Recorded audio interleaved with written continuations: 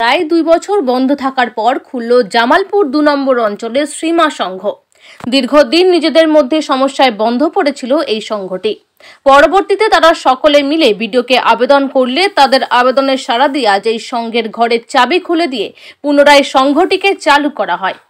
উপস্থিত ছিলেন বিডিও পার্থ সারথী দে, পূর্ত কর্মাধ্যক্ষ মেহমুদ খান, ডব্লিউডিও অপর্ণা চ্যাটার্জি, জামালপুর 2 নম্বর অঞ্চল প্রধান মিঠু পাল, সংঘের পক্ষ থেকে রাজশ্রী দাস, মধুমিতা মালিক, টুম্পা ঢল সহ অন্যান্যরা।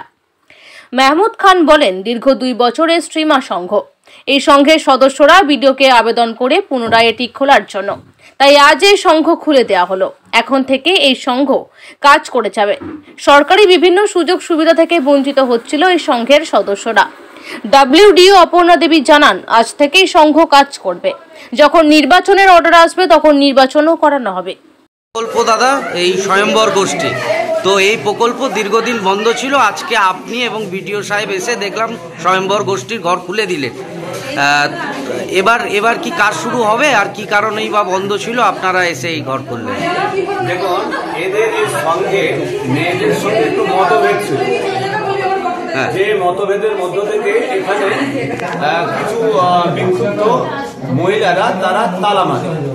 উভয়ের মধ্যে কথোপকথন হওয়ার পর অশান্তি সৃষ্টি হয়। সেই জায়গায় আপাতত 2 বছর বন্ধ ছিল। এটা উভয় পক্ষই বিডিওর কাছে লিখিত অভিযোগ জানায়। সেই জন্য আমরা ডব্লিউডিও ম্যাডাম, আমাদের বিডিও সাহেব এবং আমরা উভয় ছিলাম। সেকে আলোচনা করে সিদ্ধান্ত নেওয়া হলো যে এই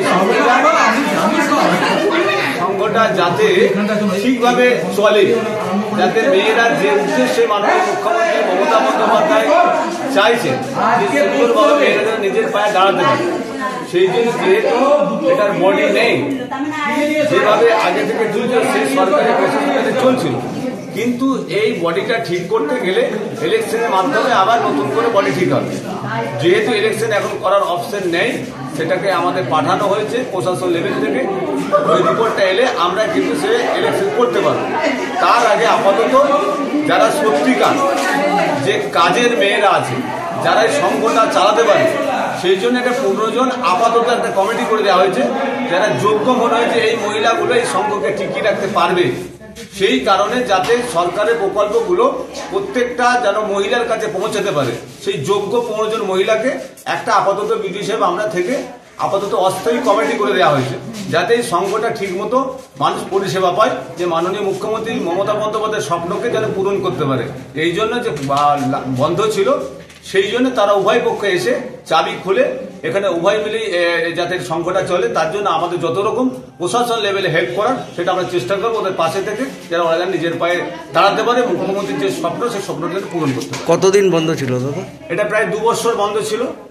অনেক কিছু ঝুট ঝামেলা হয়েছে এবং এখানে ওসি এসেছে, তালা মেরেছে, বিডিও এসেছে, অনেক কিছু আছে। আমি বিস্তারিত জায়গায় যাচ্ছি না।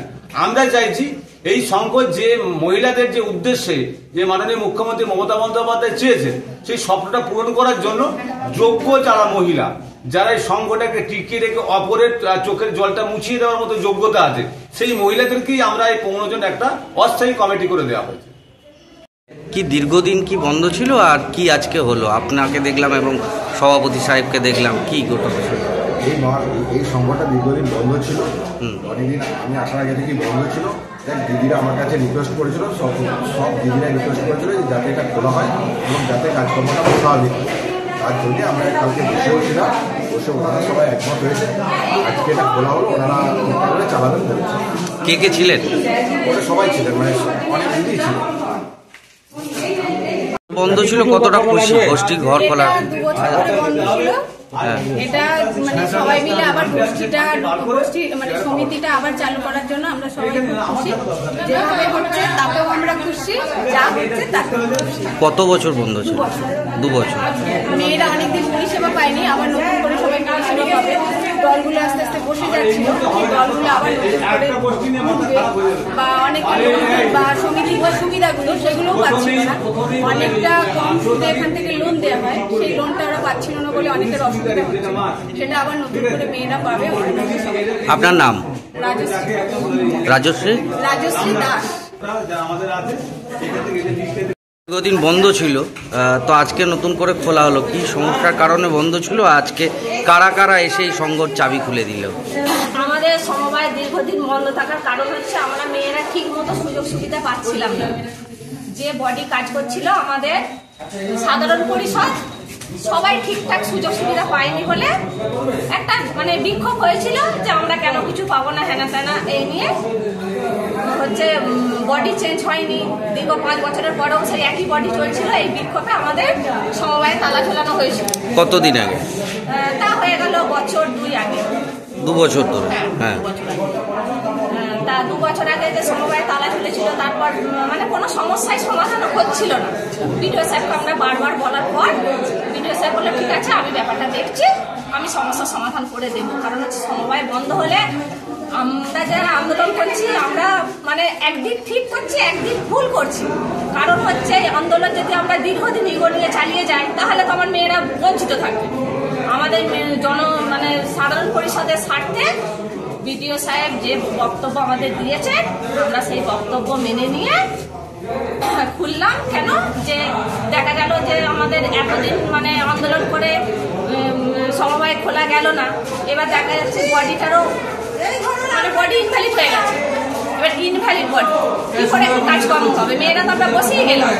তখন বিডিও সাহেব সাজেশন দিলেন যে এই করুন। বিডিও সাহেব আমাদের আন্দোলনকারীদের পক্ষ থেকে 4 জনকে নিয়ে পুরোনো বডির যে মেয়েরা ছিল সেই মেয়ে, সেখান থেকে কিছু মেয়ে বাদ গেছে, নতুন মেয়েও কিছু এসেছে, মানে সব মিলিয়ে গুছিয়ে সংসদ থেকে যাকে সিলেক্ট করে পাঠানো হয়েছে সেই সব মেয়েদিকে নিয়ে 15 জনের একটা বডি গঠন, কমিটি গঠন হয়েছে। কমিটিটা গঠন করা হয়েছে এই কারণেই, কারণ হচ্ছে বডিটা ইনভ্যালিড। এবার কি কাজ শুরু হবে? এবার কি কাজ শুরু হবে বলতে ইনভ্যালিড বডি এখন কি হবে বলতে পারছি না। তবে আমরা বিডিও সাহেবকে বলেছি যে আমরা মেয়েরা কাজ করতে খুব ইচ্ছুক। যদি এখানকার শাসক দলের নেতাকেও বলে দেখি, যদি আমাদের মানে কিছু মেশিন দিয়ে মেয়েদেরকে ঘরটা খুলে মেশিন দিয়ে যদি আমরা স্কুল ড্রেসের কাজ কিংবা অন্য কোনো সেলাইয়ের কাজ নিয়ে এসে মেয়েদেরকে একটু স্বাবলম্বী করতে পারি। আপনার নাম? আমার নাম তপসী।